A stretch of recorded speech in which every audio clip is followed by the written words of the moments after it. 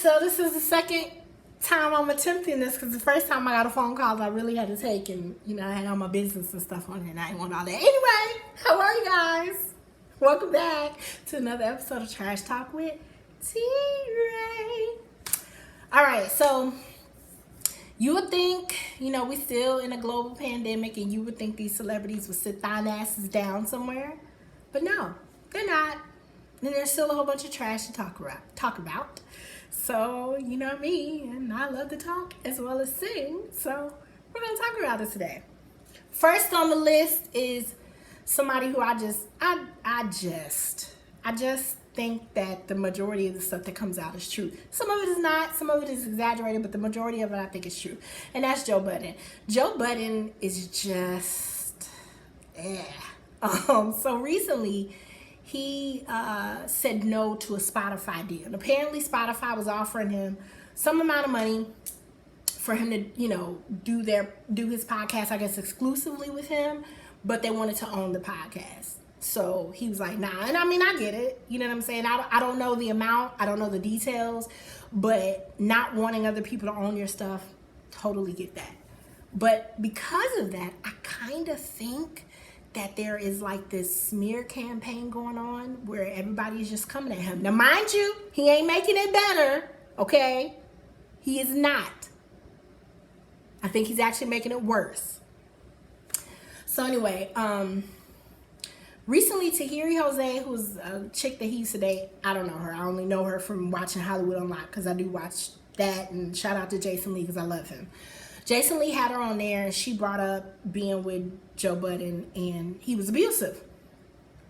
So then the next day, Joe Budden tried to come at Jason Lee and say something, and then, of course, Jason Lee clapped back like Jason Lee does. I'm not surprised. And then after that, just the shit went downhill from there. What else? There was some audio leaked from Sin Santana of a conversation that her and Joe Budden had where she said that he was drunk and dragged her, and he acted like he didn't remember it. Let's see, what else about Joe Budden? Apparently, one of his episodes for his podcast dropped yesterday or today, and he was saying how, to show the dog some love or to make the dog excited, he touches the genitalia of dogs, like his dogs, or however he said it. So, the internet got him. Talking about bestiality and all of that, which I get. You can't say certain things. I mean, it is what it is. What else? I think that's it. I think that's all about Joe Budden. So, it's just sad. I wish that he was smart enough to understand what's happening right now, but I also think he's one of those people that he loves a lot of like shock stuff. He likes the shock value of everything. So I think he likes this. I think he's somewhere at home and he probably just busts one off of the fact that the internet's talking about him. It's just my opinion. Next up, Little Bow Wow. Shout out to B. Scott. Little Bow Wow. You gotta, if you've been down with B. Scott for a while, you know that reference. Anyway, Bow Wow, last year, his mugshot went viral because he had a girlfriend at the time. Her name is, I think, Kiyomi Leslie.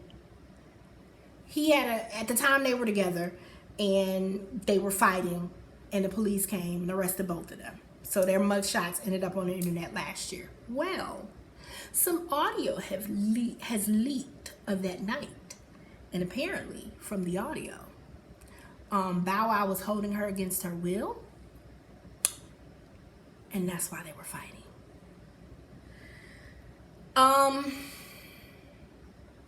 Do I think the women are totally innocent in these situations?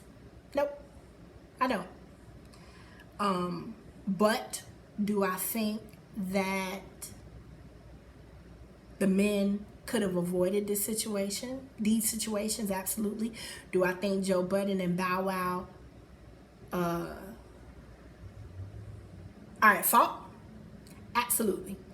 Because, first of all, Bow Wow, you don't hold nobody against their will. Nobody. Okay? And with the status of your career, nope, not gonna go there. You don't hold nobody. And Joe Budden, I just think in Hollywood in general, there's this culture of I can beat my woman's ass and I'm not gonna get in trouble. And so I think domestic violence goes unpunished in Hollywood. And it's disgusting. Because domestic violence is one of my non-negotiables, and I thank God I haven't had to deal with it in any of my relationships, because I make it known up front, because the Incredible Hulk lives on the inside of me, and if the Incredible Hulk has to wake up, it's not gonna be good for me, the man, the police, it's not gonna be good for anybody. So I try to keep the Incredible Hulk inside of me at bay. So the way I do that is I avoid domestic violence.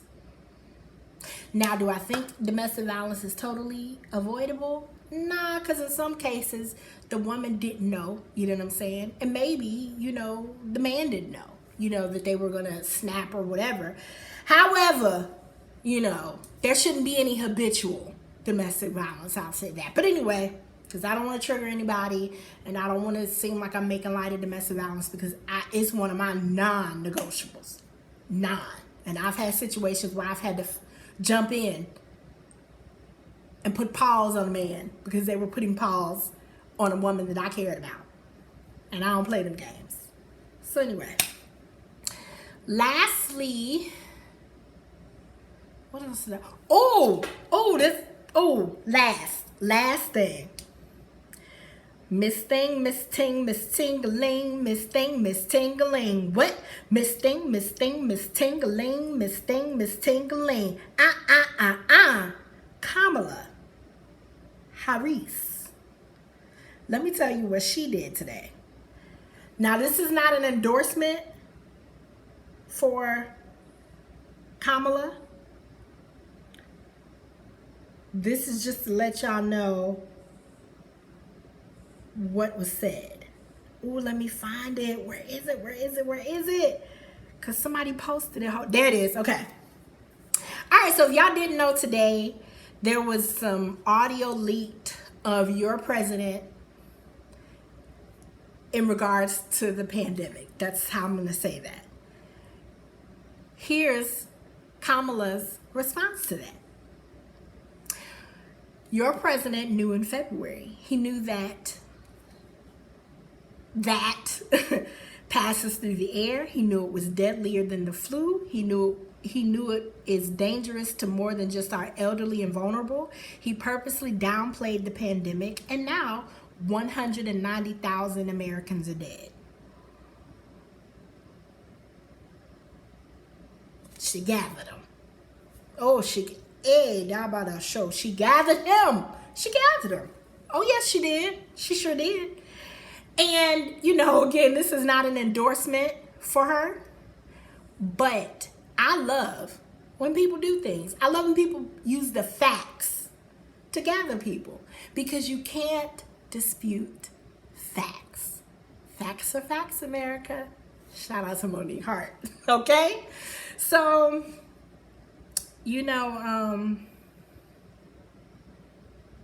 vote in November. That's all I got to say about that. I could do more. I actually could do trash talk every day. You know what I'm saying? But I don't know. For now, we're just going to keep it at once a week, and eventually we'll take it up to twice a week. That's going to be it for Trash Talk with T. Ray. Now, if you don't know, I have a podcast called Mellow Love. You can stream it everywhere. I'll post a link below. It's a podcast that is focused on everything black and everything love. Hence, Mellow Love. Okay? So yeah, I'll post it below. I'm an artist as well. I sing, so I'll post all my social media stuff below. And I have a single out right now called Instant Paradise. I'll post that below. And with that, I'm going to get out of here. So I really appreciate you all listening. You know what I'm saying? And since this is my music and I can't get flagged for using my own music, we gonna get out of here. Hey, we gonna get out of here. What? Oh.